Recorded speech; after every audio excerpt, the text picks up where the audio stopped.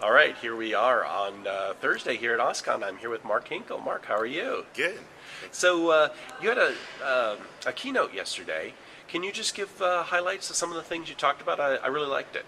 Yeah. So my keynote was building communities of inclusion, and the concept behind it was that we get into ruts in our open source communities, and there were a lot of things that we should reflect on and lessons that we learned, so that we keep refactoring and moving our open source projects forward. And I just highlighted some things I really learned from other communities that were successful and open source luminaries.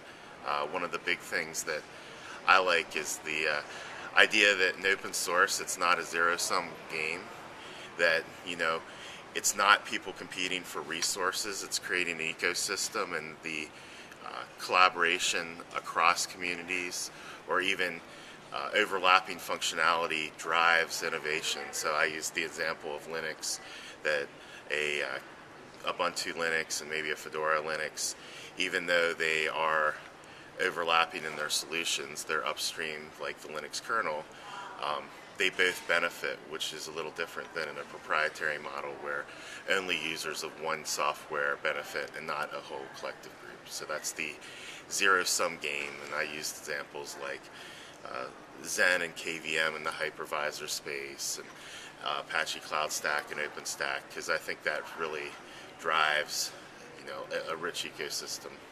And another one we talked about was the idea that open source developers are not great at asking for help.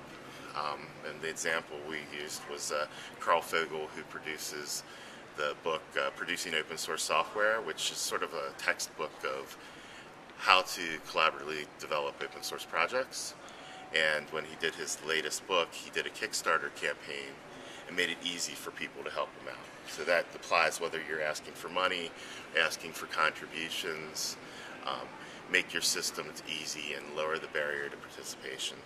It was all inspired by a talk I saw by Adam Jacob, who founded OpsCode and the Chef project, and he gave a great talk about 3 years at OSCON on the most important thing to him was that people who wanted to participate could.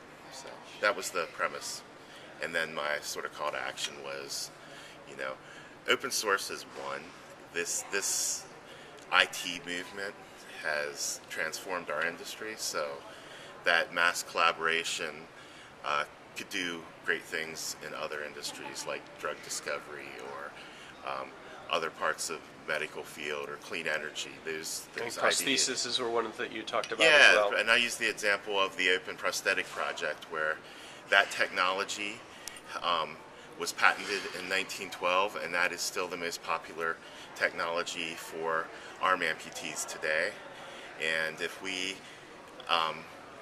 in IT, if our phone wasn't updated every 6 months, or if our cars haven't been updated every year, we find that unacceptable. But these things like prosthetics that have a huge impact on people's quality of life have remained the same for 100 years. There is no $6 million man like we saw. There is no motorized prosthesis that is in wide use that would improve quality of life for so many people. Awesome. Mark Hinkle, thank you very much. Thanks.